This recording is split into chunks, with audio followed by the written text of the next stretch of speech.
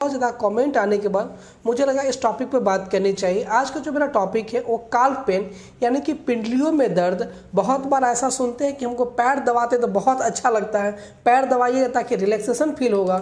इसके पीछे कारणें क्या है? तो मैं जितने छोटे छोटे कारणों होता है इन सारे कारणों पर बात करेंगे ताकि जो ये प्रॉब्लम है पिंडलियों में दर्द होता है, आप देखेंगे कि एंकल जॉइंट है, आपके तड़बा हो गया, उसमें भी आपको झंझनाहट और ताकि पेन होता है, सूजन भी आ जाती है। और इसके डीवीटी जो कहते हैं इस सब के बारे में क्या है, थ्रोम्बोसिस क्या है, इन सारे तथ्य बात करेंगे। और ये ज़्यादातर रात में होती है और गर्मी के मौसम में ज़्यादातर होती है। इसके पीछे कारण क्या है, मैं एक एक छोटे छोटे बातों पर ध्यान देखिए, आपकी हर बात को समझाने की कोशिश करूंगा।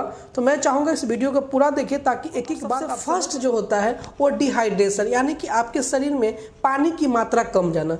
और फॉर एग्जाम्पल गर्मी के मौसम में आप पानी कम पी रहे हैं, आपका पसीना आ रही है, जिसके कारण भी हो सकता है। अगर आप पानी कम पीते हैं तो होगा डिहाइड्रेशन के कारण, आपके शरीर में इलेक्ट्रोलाइट की कमी होगा, इसके कारण भी हो सकता है। दूसरी बात करें तो आपके शरीर में सॉल्ट की मात्रा भी कमी होगा, तो इसके कारण होता है। दोस्तों जैसे ही आपके शरीर में डिहाइड्रेशन होगा तो आपका मसल्स जो होगा वो मसल्स सिकुड़ने लगता है, जिसको हम लोग क्रैम्प्स कहते हैं, मेडिकल वर्ड में उसको क्रैम्प्स कहते हैं। बट यही आगे जाके हमने सॉल्ट की अमाउंट में कमता है तो ये मसल स्पार्जनोसिस हो जाता है, जैसे मसल स्पाम बनता है तो ये पेन होने लगता है। तो जब हमारे शरीर में पानी की मात्रा कमता है तो ये दर्द होना बहुत ही कॉमन है। मसल्स पेन वो किस में होता है? तो दोस्तों ये इसमें होता है कि आप बहुत ज़्यादा वर्कर है, बहुत ज़्यादा वर्क कर रहे हैं या लंबे समय से आपका खड़ा हो सकता है। आप सिक्योरिटी गार्ड को देखेंगे तो बहुत ज़्यादा तक खड़ा रहते हैं तो उनमें ये प्रॉब्लम होता है। या फिर आप स्पोर्ट्समैन है या आप आर्मी की रनिंग की तैयारी कर रहे हैं या बहुत ज़्यादा आप काम कर रहे हैं तो भी हो सकता है, क्योंकि गर्मी के मौसम में पसीना डिक्रीज करेगा ही तो आपको वहाँ से दिक्कतें होगा। दोस्तों इसकी बात करें, ट्रीटमेंट की बात करें तो आप इसको क्या करते हैं कि पानी की मात्रा को बढ़ाएंगे। तो ऐसे पानी पीने में आपको अच्छा नहीं लग रहा है तो आप उसमें नमक चीनी मिला दीजिए। आप ORS ले सकते हैं, इलेक्ट्रोल पाउडर ले सकते हैं, तो इससे आपको काफ़ी ज़्यादा फायदेमंद साबित होगा। दूसरी बात करें विटामिन ई की कमी की, जिसको आप लोग केमिकल नाम टोकोफेरॉल के नाम से जानते हैं। और विटामिन ई की अगर कमी होता है तो स्पेशली आपको रात के समय में जब आप सोने जाएंगे तो अत्यधिक पेन होगा मसल्स में। ये जो पेन होता है ऐसे पेन होगा कि लगेगा कि इसको कोई जांचता ना तो मुझे बहुत अच्छा लगता है। दोस्तों जांचने के होता है कि जैसे जांचते हैं तो वहाँ पर मसल्स को क्या उठाया जाता है, जैसे आप मसल उठाते हैं तो वहाँ पर अच्छे से क्या होता है, ये ब्लड का फ्लो होता है तो दर्द नहीं करता है। तो आप क्या करेंगे, विटामिन ई के जो सोर्सेस रहता है, जो आप साग ले सकते हैं, चुकंदर ले सकते हैं, जो फल ले सकते हैं, तो आप इसके सोर्सेस को पूरा करेंगे तो भी ठीक हो जाएगा। दोस्तों इसकी डोज की बात करें तो आप विटामिन ई की कैप्सूल 400 मिलीग्राम से 600 मिलीग्राम तक आती है, जो 20 से 30 दिन तक लेके आप इसे ठीक हो सकते हैं। बात करें आप मैग्नीशियम का, अगर आप मैग्नीशियम लेते हैं तो मैग्नीशियम एक ऐसा मिनरल्स पदार्थ है जो आपको मसल्स में मसल को एक्टिवेट करने का काम करता है। अब मसल्स को जो प्रोटीन चाहिए वो मैग्नीशियम आपको पूरा करता है। तो मसल्स में जो कॉन्ट्रैक्शंस होता है, मसल्स एक्टिवेट क्यों काम करता है, वो मैग्नीशियम है, तो मैग्नीशियम लेनी चाहिए। लेकिन अगर घरेलू की बात करें तो आप चना का जो भूजा होता है, आप चना का भूजा लेके भी मैग्नीशियम को पूरा कर सकते हैं। इससे भी आपको निजात मिलेगा मसल्स पेन में, या फिर आपको पिंडलियों में जो दर्द है उससे भी आपको निजात मिलेगा। बात करें डीप वेन थ्रोम्बोसिस, जिसे हम लोग डीवीटी के नाम से जानते हैं। जैसा कि आप जानते हैं हमारे पिंडलियों में बहुत सारे नस नाड़ी होती है। ये जो होता है हमारे पैरों से लेके हार्ट तक कनेक्शन होता है। अगर इसके बीच में किसी भी प्रकार की क्लोट आता है, बहुत बार ऐसा देखेंगे कि पैर में बहुत ज़्यादा जो आपका पिंडलियाँ है वहाँ बहुत ज़्यादा नर्व्स बन जाती है।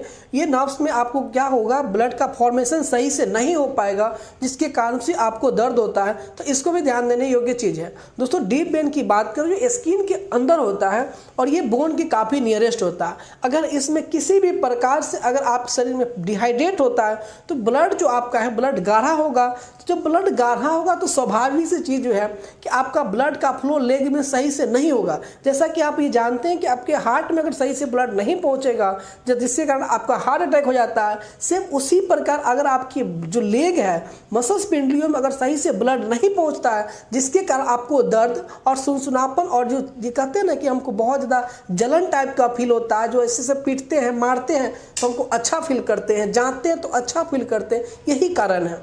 दोस्तों ये इसमें क्या होता है कि ब्लड आपका मोटा हो जाता है। जब ब्लड मोटा है तो स्वाभाविक सी चीज़ है, जो आपका वेन्स है वो वेन में फ्लो नहीं होगा तो आपको नुकसान करेगा। ये प्रॉब्लम किस में ज़्यादातर होता है दोस्तों, आपने अगर कभी एक्सीडेंट किए हो या किसी भी प्रकार से अगर आपका लेग इंजरी हुआ है, लेग पैर आपका टूट गया हुआ है तो भी होगा, आपने पैर का किसी भी प्रकार का ऑपरेशन करवाए हैं या आप प्लास्टर करवाते हैं तो प्लास्टर ज़्यादा टाइट हो जाने की वजह से अगर वेन्स दब जाता है तो भी होता है, जो ब्लड क्लॉट होने लगता है उसमें हम लोग थ्रोम्बोसिस कहते हैं। दोस्तों इसके लिए क्या करना, नंबर 1 बात कि ब्लड आपका मोटा है तो आप जब डॉक्टर के पास जाएंगे तो डॉक्टर से आपके ये ट्रीटमेंट्स में आपको ब्लड पतला करने के उपाय करेंगे। इसमें मेडिसिन कुछ इंजेक्शंस देके आपके ब्लड को पतला करेंगे। दूसरी बात है उसे आइडेंटिफाई करने के लेग सोनोग्राफी करा के भी इसको देखेंगे कि वास्तव में क्या है।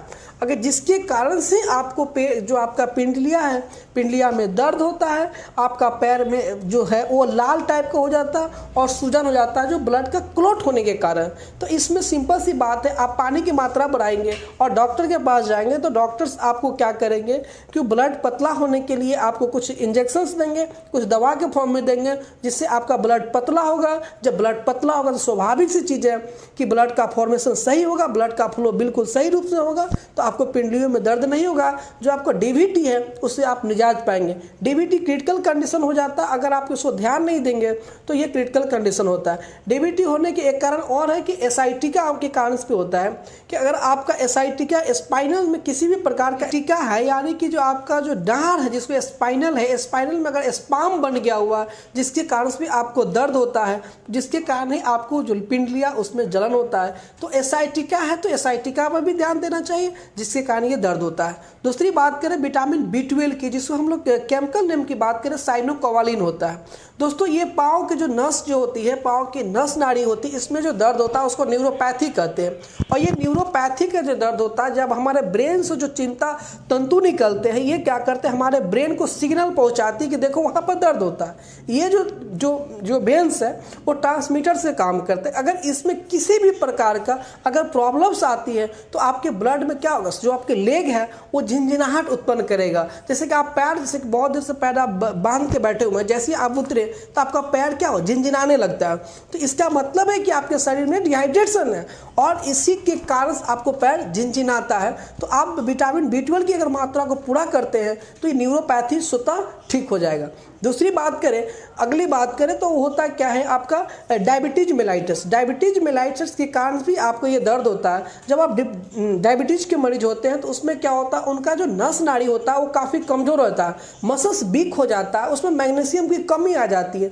जब मसल्स वीक होगा तो उसको डायबिटीज मेलाइटिस न्यूरोपैथी कहते हैं। ध्यान देने के लिए आप HbA1c का टेस्ट करवाएंगे। डायबिटीज क्या होता है ये हमेशा ध्यान रखना चाहिए कि ये 7 से कम होना चाहिए। अगर ये 7 से कम है तो आप बिल्कुल सेफ है, तो इस पर ध्यान देंगे। दूसरी बात करें कि आप ब्लड शुगर, फास्टिंग PP, अगर फास्टिंग भी नॉर्मल होना चाहिए, पोस्टपेंडियल भी नॉर्मल होना चाहिए, रेंडम भी आप नॉर्मल करा के रखेंगे तो इससे आपका नुकसान जो है वो खत्म हो जाएगी। अब बात करें ट्रीटमेंट की तो दोस्तों जैसा है कि आपने अगर पूरा वीडियो देखे हैं तो आपको ये समझ में आ गया कि किस किस कारणों से होता है। नंबर 1 कारण डिहाइड्रेशन के कारण, नंबर 2 विटामिन E के कारण, नंबर 3 बात करें तो थ्रोम्बोसिस के कारण, यानी कि थ्रोम्बोसिस कब होगा, जब आप पानी कम पिएंगे तो इसके कारण।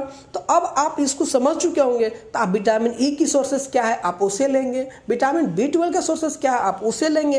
अगर आप डायबिटीज का मरीज है तो आप डायबिटीज को कंट्रोल करेंगे। अगर आप इतना बात को फॉलो करते तो क्या आपको पिंडलियों में दर्द होगा। आज हमारे जो देख रहा हूँ, मैं देखता हूँ 75% लोगों के में ये प्रॉब्लम उत्पन्न हो रहा है, चाहे ये अवस्था जो भी हो, चाहे वो मेल हो या फीमेल हो। अगर आप इतना फॉलो करते तो मुझे नहीं लगता किसी व्यक्ति को पिंडलियों में दर्द होगा। दोस्तों अगले वीडियो में हम बात करेंगे फुल्ली मेडिसिन के साथ, एक एक बात को डिस्प्लेन करूंगा। तब तक आप मेरे चैनल पर जुड़े, इसके लिए आपको तहे दिल से धन्यवाद। अगर ये वीडियो अच्छा लगा तो मैं कहूँगा कि शेयर करें। Thank you for watching. Thank you.